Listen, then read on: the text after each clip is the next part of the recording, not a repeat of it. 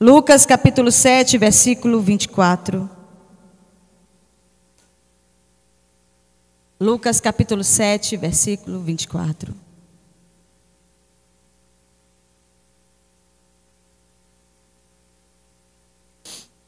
Amém? Realmente, quero também parabenizar a nossa equipe de crianças, da liderança de crianças, as crianças.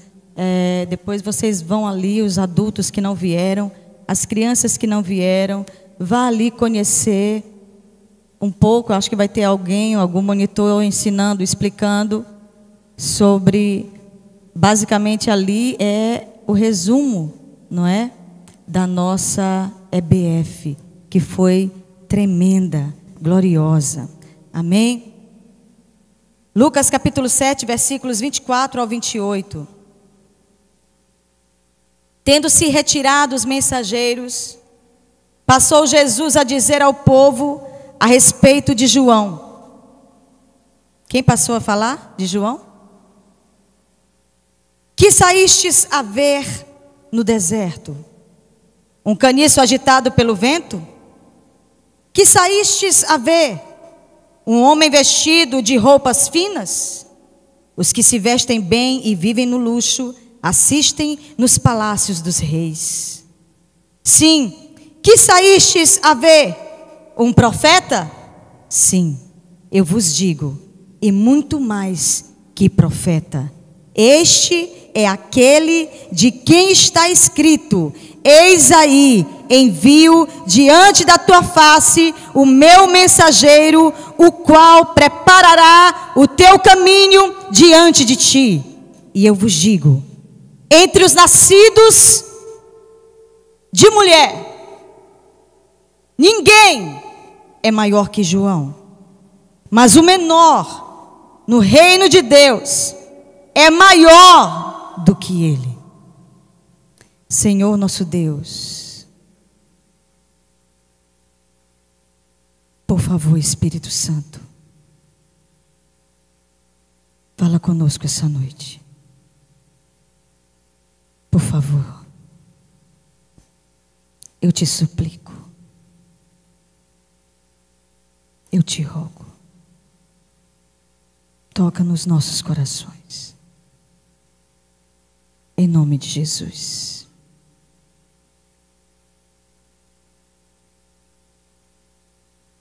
O tema dessa mensagem é: eu nasci para preparar o caminho do Senhor. Jesus deu testemunho de João Batista. Para mim é uma frase incrível. Jesus dá testemunho de alguém.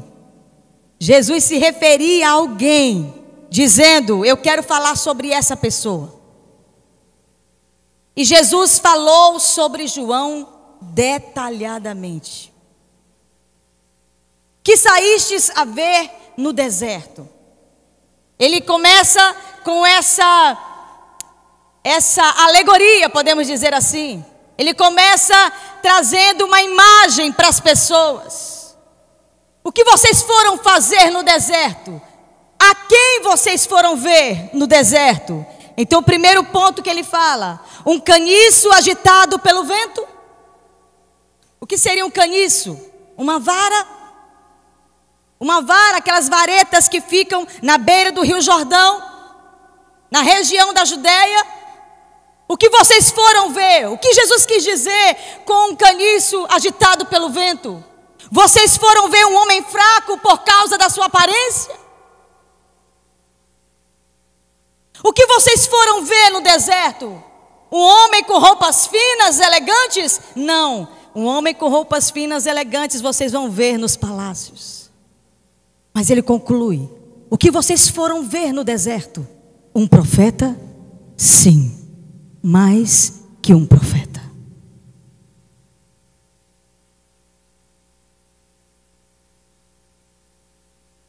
Esse é, disse Jesus, aquele que os profetas disseram a respeito dele. Ele é um mensageiro mensageiro de Deus, que prepararia o caminho de Deus para apresentar o Filho de Deus a Israel.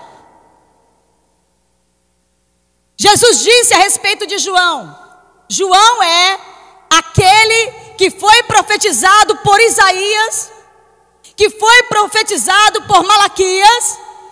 Esse homem, esse profeta é simplesmente aquele mensageiro de Deus que prepararia o caminho do Filho de Deus.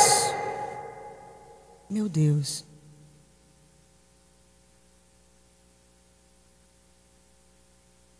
Talvez você não compreende, talvez você ainda não entendeu o que eu quero dizer, mas eu quero deixar claro para vocês nessa noite, meus amados irmãos, que João é o símbolo de um tempo. João é o símbolo de um tempo. João é o símbolo de um tempo chamado arrependimento. Isso é poderoso demais. Sem esse tempo, sem esse instrumento, Deus não enviaria seu filho. Então Jesus disse mais a respeito de João: entre os nascidos de mulher, ele é o maior. Dos profetas, ele é o maior. Eu quero parar aqui nesse primeiro ponto desse versículo. Alguém pode conseguir para mim água com limão? Estou sentindo falta de água.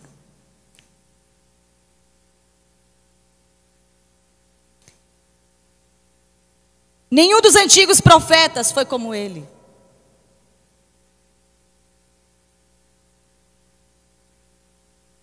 Pastora, João não realizou um milagre.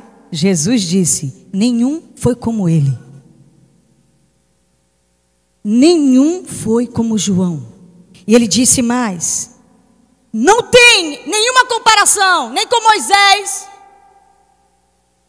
Não tem nenhuma comparação com Elias. E aquela que um sistema religioso adora, também não se compara a ele.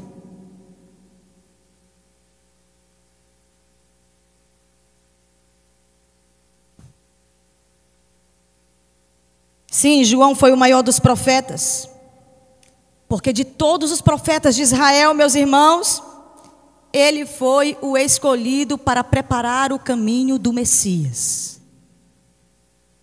E isso é algo extremamente importante. Simplesmente, depois dele viria o Salvador. Não é fácil? Não é fácil? Ah, vocês não querem se arrepender não? Pois ele está vindo aí, viu? Está vindo aí, ó, já nasceu e está logo depois de mim. E eu, quando ele aparecer, eu não sei nem o que eu vou fazer se ele aparecer, porque eu não sei nem como se servi-lo, eu não sei nem se eu vou poder desatar as sandálias dos seus pés. Ele é o cara.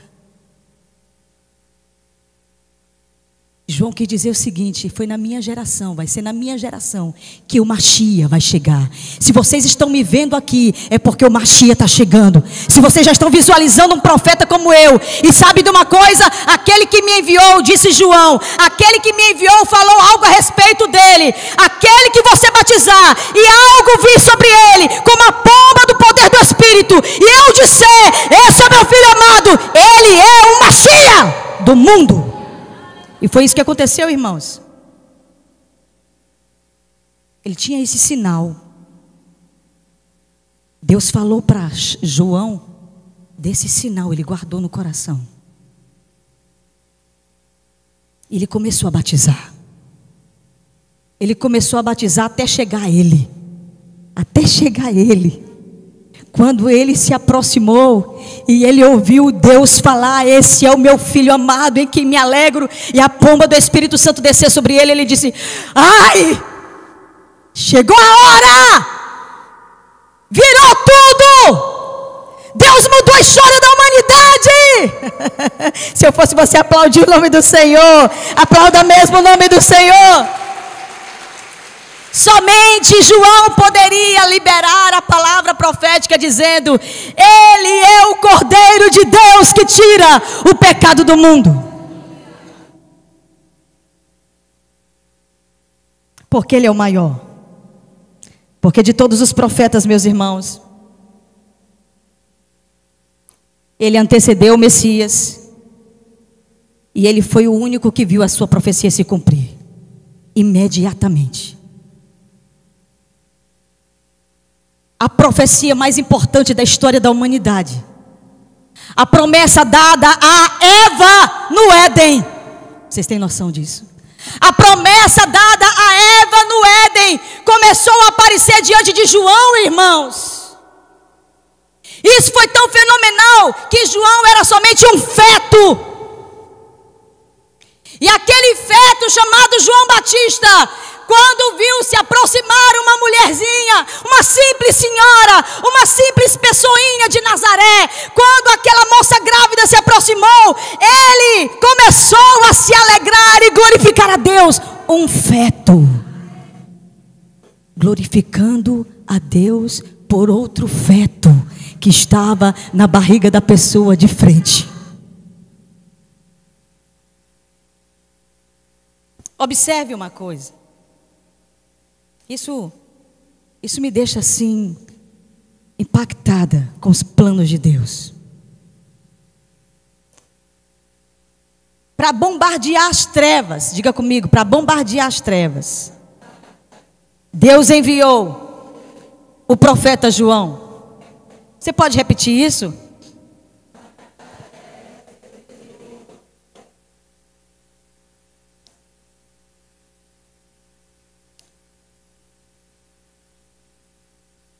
João, o bombardeador de trevas, foi o preparador do caminho do destruidor de trevas. O nome dele é Yeshua HaMashiach. O nome dele é Jesus, o Messias.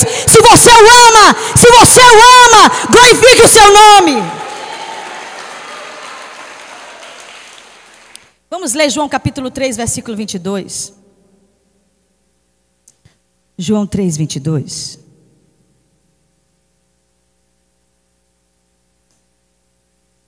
Vamos imaginar a cena desse versículo. Depois disto, foi Jesus com seus discípulos para a terra da Judeia. Ali permaneceu com eles e irmãos, e batizava. Imagine essa cena. O sul de Israel, que é a Judeia, o Jesus e seus discípulos estavam batizando. E no norte, João e seus discípulos estavam batizando. Eu não sei vocês, mas eu fico assim. Pensa na loucura. Todo mundo correndo para o rio. O que está acontecendo? Jesus está no sul, João está no norte. Escolhe qual deles.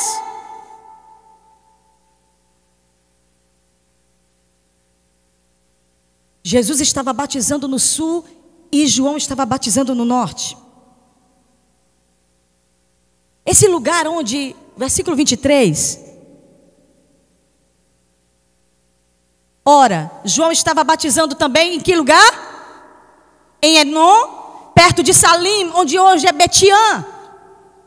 Ele estava batizando na região norte, lá no sul da Galileia. Não se confunda, eu falei sul da Galileia e norte, não é? É porque a Galileia fica no norte. Mas no sul da Galileia era onde João estava batizando, exatamente em uma região chamada Betiã atualmente. Eu tive o privilégio de conhecer essa região e eu atravessei a Jordânia por essa fronteira chamada fronteira de Betiã. Então desse lado aqui está Israel, do outro lado está a Jordânia, tem uma pontezinha, o rio Jordão passa debaixo. Naquela região exatamente João batizava. Eu quero abrir aqui esse parêntese, porque logo o versículo a seguir Os discípulos de João foram reclamar com João e disseram para João: sabe aquele que você, João, batizou? Ele disse: sim. Aquele que você disse que é o Messias está batizando lá no sul. Irmãos, é muito bonito quando você tem o Espírito Santo.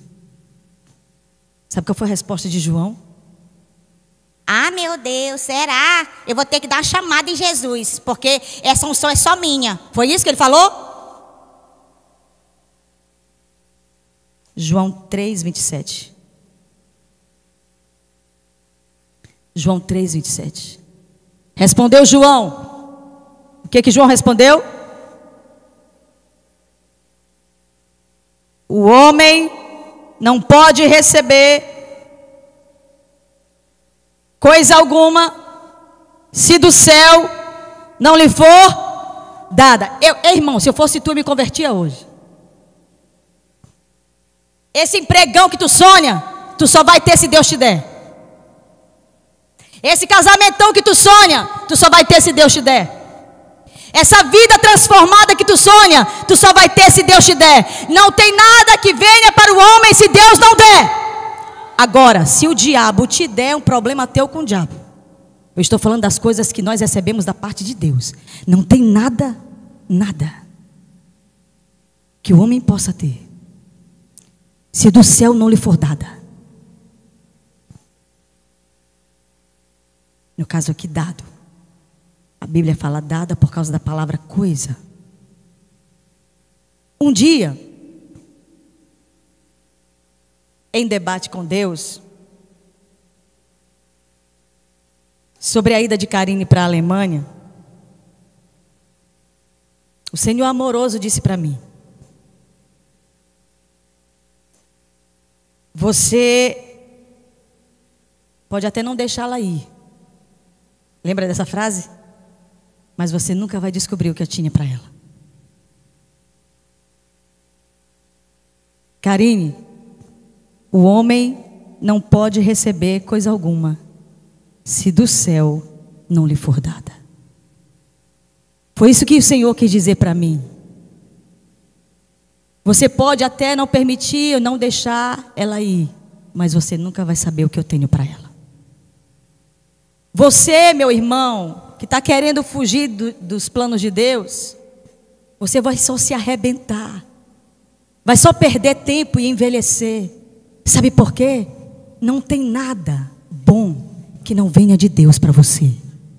Se você quer algo bom, é Deus que vai te dar. João disse, Mateus capítulo 3, versículo 11. Eu amo isso. Mateus 3, 11. Eu vos batizo com água. Para quê, irmãos? Para quê, irmãos? Para arrependimento. Essa madrugada eu conversei com a nossa equipe de intercessores aqui,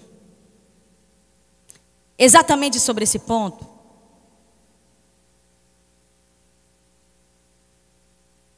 Essa geração de João, eu queria que vocês ficassem atentos. Essa geração de João, irmãos, não conhecia mais nenhum sentimento de arrependimento. O que é que eu disse, irmãos? Não conhecia, não sentia, não tinha mais nenhum toque. Sabe esse que quando você quer ser ruim, você fica aí e diz assim, quer saber? Eu não vou sentir nada, problema é teu, irmão. Porque todo ser humano que se preza, corre atrás de arrependimento. Porque a única coisa boa que nós temos na nossa vida é quando nós nos arrependemos. Mas essa geração de João, ela não conhecia o arrependimento.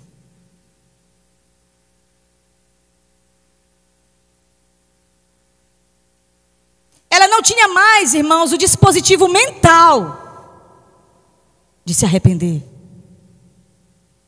Ela não tinha mais um toque de quebrantamento. Não sei se você já foi para um lugar que todo mundo está chorando, só você não. É ruim ou não é ruim? É ruim demais. Está todo mundo sentindo, menos você. Mas meu Deus, aí você começa a chorar porque não está sentindo. Por que os irmãos estão todos sentindo? Né? Eu me lembro da minha mãe, né? Quando eu fui batizada com o Espírito Santo, ela não foi. E toda vez ela voltava para casa, chorando. O que foi? Por que todo mundo é batizado e eu não, minha filha? Eu quero saber, meu Deus. E a gente só pensa, eu sou um pecador mesmo. E eu me lembro que no dia que ela foi batizada com o Espírito Santo, primeiro eu tive uma conversa com ela. Porque o diabo colocou uma coisinha na cabeça dela. Ela achava que o batismo dela com o Espírito Santo, ela ia fazer muita coisa feia. O diabo botou na cabeça dela: quando tu for batizada, tu vai se catarrar toda, tu vai bater no povo, tu vai sair empurrando todo mundo. Aí ela disse que quando o Espírito Santo vinha, ela se prendia. Dizia não, não, não, não, não. E aí depois que eu tive uma conversa com ela, eu falei: mamãe, me diz uma coisa. E se o Senhor quiser fazer o que Ele quiser? Eu sei que é absurdo ele encher do Espírito Santo, ele sair tacando tapa em todo mundo. Mas quem faz isso é o diabo. Mas se for o Senhor, deixa o Senhor fazer a obra dele na sua vida. E nesse dia, irmãos, ela decidiu. Ela foi para o culto. E foi um culto que ninguém esperava que ia ter um grande avivamento. Eu com meu sonho com um culto desse aqui. Oh, meu Deus! Ninguém esperava que aquele dia ia ser o dia mais lindo da vida dela e de milhares de... Então, basicamente toda a igreja, irmãos, foi batizada com o Espírito Santo. Eu me lembro que nós começamos o culto normalmente, tudo normal. E aí eu louvei ao Senhor, senti a presença de Deus, me assentei, só que eu era já suspeita de sentir a presença de Deus. Porque todo culto eu chorava. Louvado seja Deus por alguns crentes que tem na terra, que todo culto chora. Chora da presença de Deus. Mas aquele irmãozinho pediu para dar uma palavra. E ele pegou, subiu no altar e disse, botou a mão assim, com um chapelão, todo humilde. Botou a mão nas cadeiras, como diz o maranhense, e diz assim: irmão, Deus me deu uma visão e é hoje que Jesus vai batizar todo mundo com o Espírito Santo aqui. Irmãos, eu dei um pulo, eu disse: é isso mesmo, eu recebo. E o meu pastorzinho, que na verdade ele não era nem pastor, era dirigente da igreja, disse amém. Os amém dele eram edificantes. E quando eu glorifiquei, o irmão José Pereira glorificou. Aquele irmãozinho disse: pode vir para frente. Ela foi me olhando, tipo assim, me vigia. E eu, vem. Quando ela chegou aqui na frente, os irmãos já vinham falando em línguas. Foi inacreditável aquilo. Foi um culto que mudou completamente, sabe? E quando ela veio, ficou num canto, eu chamei umas irmãs do fogo. Não tem aquele povo do fogo? Pois é, toda geração tem um povo do fogo. Eu chamei aquele povo do fogo para rodear ela e começamos a orar por ela. E ela se prendendo, daqui a pouco ela... E começou a falar em línguas, conforme o Espírito Santo lhe concedia que falasse. Que dia fabuloso, que dia inacreditável. Eu vos batizo com água para arrependimento. O batismo de João era um batismo de transformação, irmãos. Era um toque de quebrantamento. Era algo que fazia o homem dizer e confessar os pecados publicamente. Você entende o que eu estou falando? Era como se nós entrássemos aqui e João estivesse pregando e todos os crentes começassem a dizer assim: por favor, o que eu faço para ser salvo? Por favor, o que eu faço para ter a vida eterna? Ei, eu roubei hoje. Eu menti. Ei, eu vi algo que não deveria ter visto. Sabe, irmãos, confissões públicas. E tinha um riacho logo adiante de trás de João, que ele não era bobo. E ele dizia: está arrependido? Prova, te molha. Eu vou te mergulhar. E todo mundo saía para casa molhado, tocado. Imagine, talvez você não, pastor, isso é muito normal, a gente até vê isso hoje. É verdade. Eu estou falando de uma geração que passou 400 anos sem ver um profeta. Você entende o que eu estou falando? 400 anos, irmãos. 4 gerações de 100 anos nunca tinham visto um profeta. Talvez você diz, não estou entendendo ainda. Israel tinha escola de profetas. Israel convivia com profetas. Israel tinha um contato e uma vida cultural profética, irmãos. Talvez também você não entenda isso.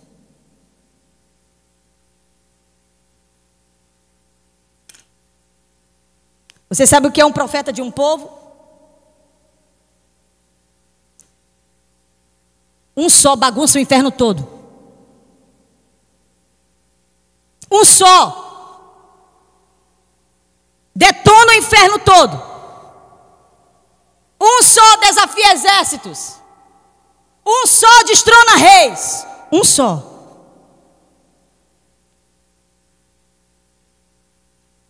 Hoje, enquanto eu estava escrevendo sobre isso, o Senhor disse assim, não, você não entendeu também.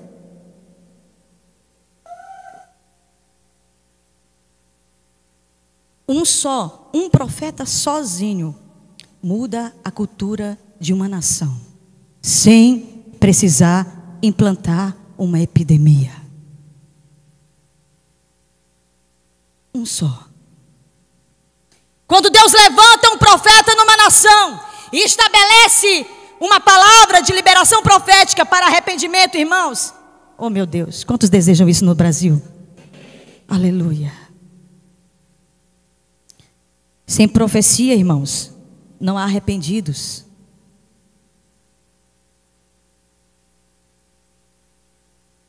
Sem profecia, há muito pecado e corrupção. É o profeta que conduz o povo a uma consciência dos seus pecados.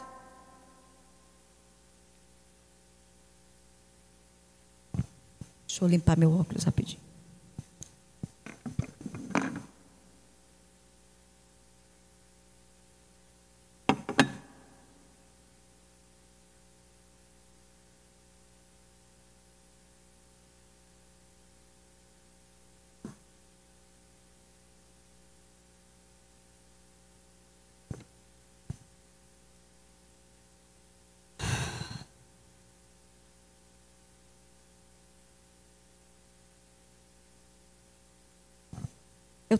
Eu tinha escrito uma palavra para ministrar hoje.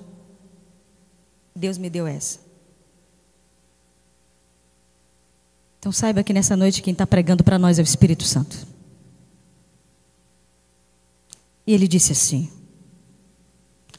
sabe por que o rio mais importante, mais longo do mundo está no Brasil? Porque aqui é a terra do arrependimento.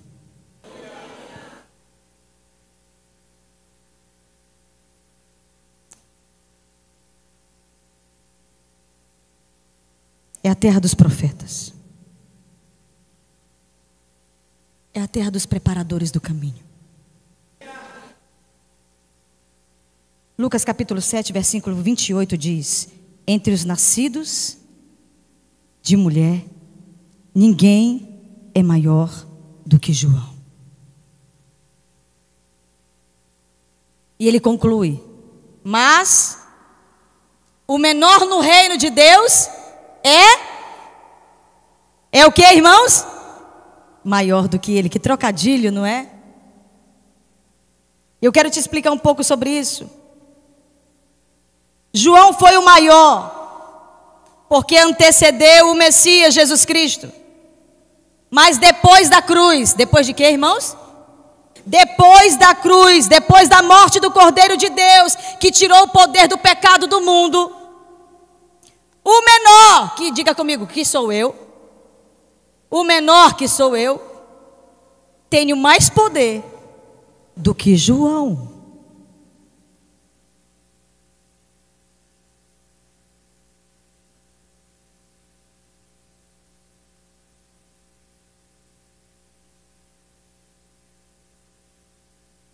Todos os profetas da antiga aliança, nascidos de mulher, nascidos da carne.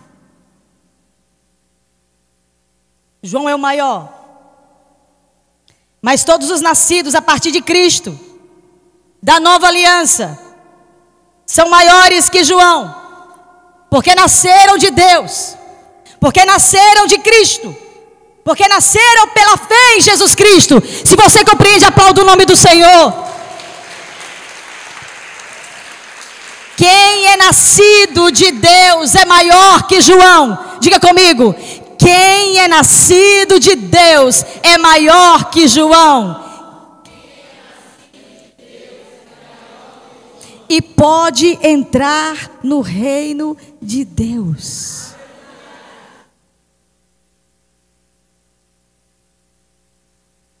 Karine, quem é nascido de Deus é como um vento que vai para onde o Espírito enviar. Tem cadeira aqui, Agnes. Senta ali perto da tua mãe. Cadê tua mãe? Isso ali, ó, do ladinho dela. Aqui tem 3 cadeiras. Pode vir aqui para frente. Obrigada, Cláudia, por ter vindo. Vem cá, senta aqui. Vamos continuar. Quem é nascido de Deus é como um vento. Diga comigo, vento. Olha para o meu nariz. Diga, vento. Muito bem. Deixa-se ser totalmente guiado pelo Espírito Santo. Caminha no poder do Espírito Santo. Pode fazer a obra de Deus.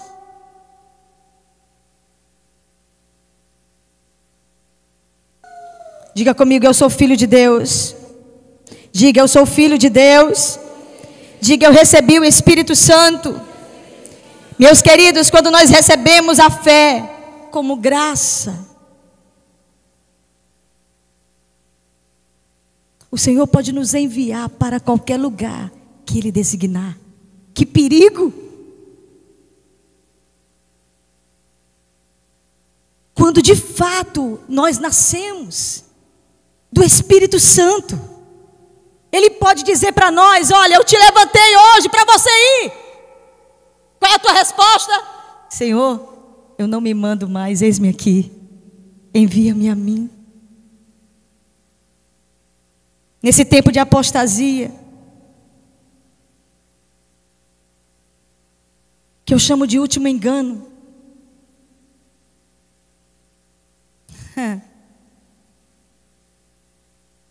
é privilégio uma igreja enviar um missionário.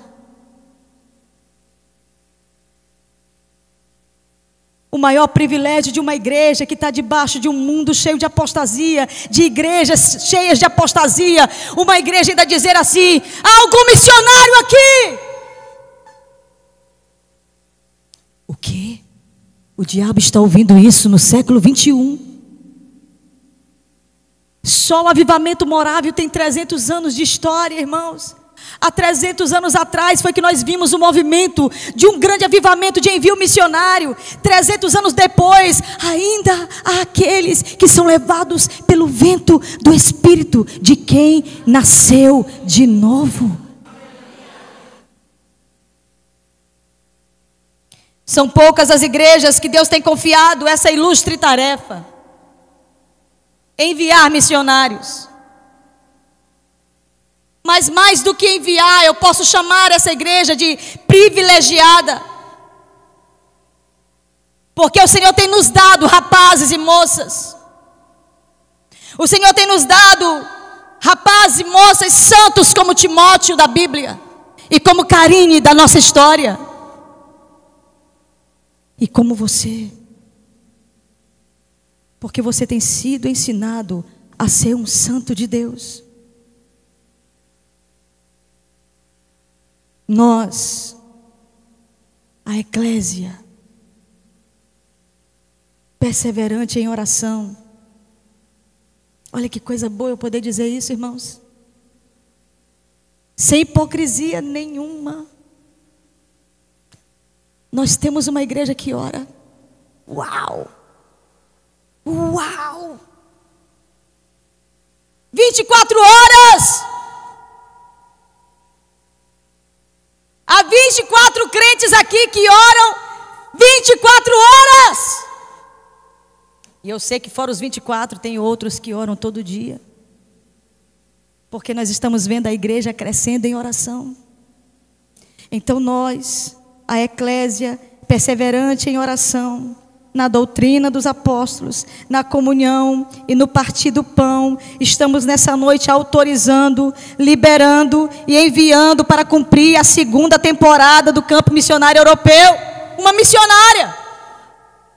Eu coloquei temporada em homenagem aos novos filmes. Gratos a Deus pelas vitórias alcançadas. Nesses últimos 2 anos. Meu Deus, esses últimos 2 anos, vocês sabem como foi difícil, irmãos, para o mundo inteiro. Exatamente Deus pegar no fechamento do ano bom para o ano 2020, que a partir daí foi só Jesus na causa. Nós enviamos missionária. Com a bênção de Deus.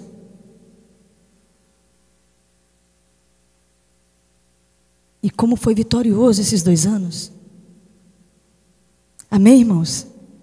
Como foi um tempo de vitória, apesar de toda luta.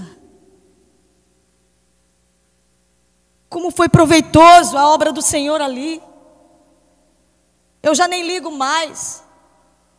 Mas os crentes ficam ligando para ela de lá. Já nem ligo mais. Uma pessoa falando alemão dentro de casa o dia todo. Pela internet, pelo Telegram. E eles ficam conversando para... A primeira pergunta, que dia você vem? Porque ela poderia não ir mais. E eu nunca tinha visto, mas ela titubeou para mim. Ela disse assim: mamãe, é bom demais aqui. Eu podia ficar, mas eu não posso, nem consigo. Não dá mais. Mas como é bom estar aqui. Falei: minha filha, sabe por que tu pensa isso? Porque Deus levantou uma pessoa que tem chão. Não levantou uma pessoa que está querendo fugir do Brasil, não. Levantou uma pessoa que ama a nação que tem.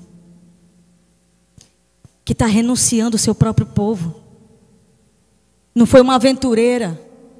Não é uma pessoa que está indo para casar. Não é uma pessoa que está indo para estudar. É uma pessoa que está indo com o coração pela Alemanha. Essa expressão, ela é muito séria para mim. Eu vou encerrar. Porque Satanás pensou que nós íamos parar.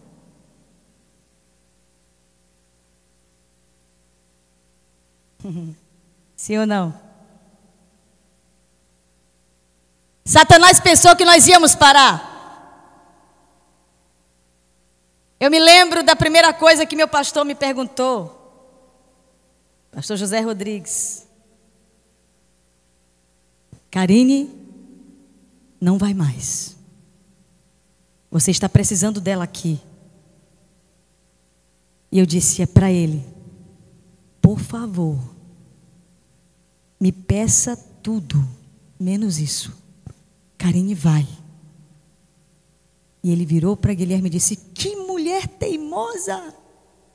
Será que ela não percebe que não dá para Karine ser enviada? Eu disse: pastor, será que o senhor não percebe que a obra de Deus não pode ficar assim? Ele disse: Gláucia, é por ti, minha irmã, que eu estou falando. Eu falei: eu sei, e eu prefiro, já que é por mim, que ela vá. Não vou nem dizer qual foi a resposta dele.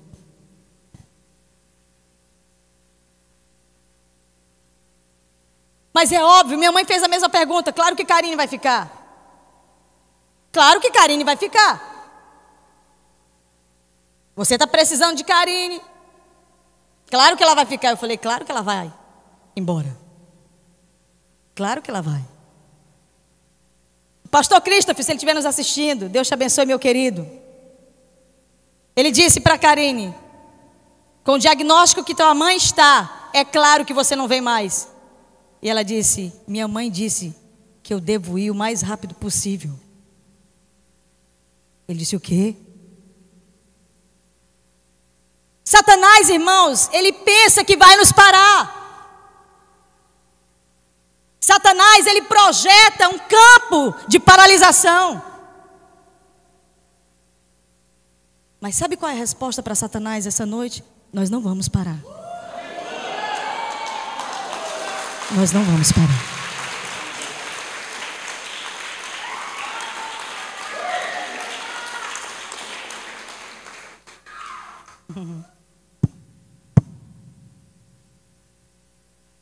Nós nascemos. Se você é meu filho, diga comigo: eu nasci. Só os meus filhos e filhas, diga: eu nasci para preparar o caminho do Senhor.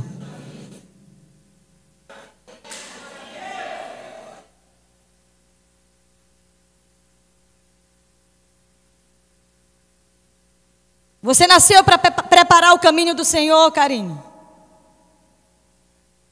Nós não vamos parar por nada. Até que a Alemanha se prostre de novo diante do nosso Deus e Salvador Jesus Cristo.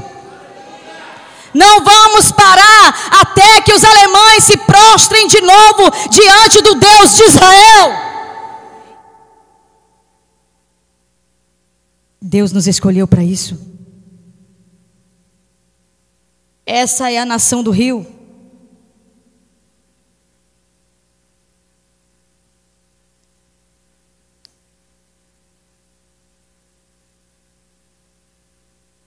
Essa é a porta de Querem.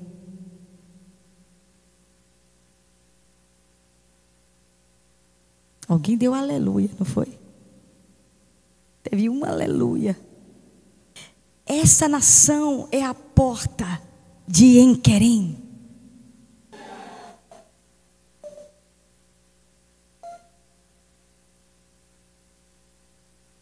É a nação do batismo. É a nação do rio do arrependimento.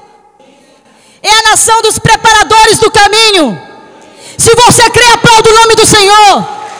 É a nação dos preparadores do caminho para a última geração.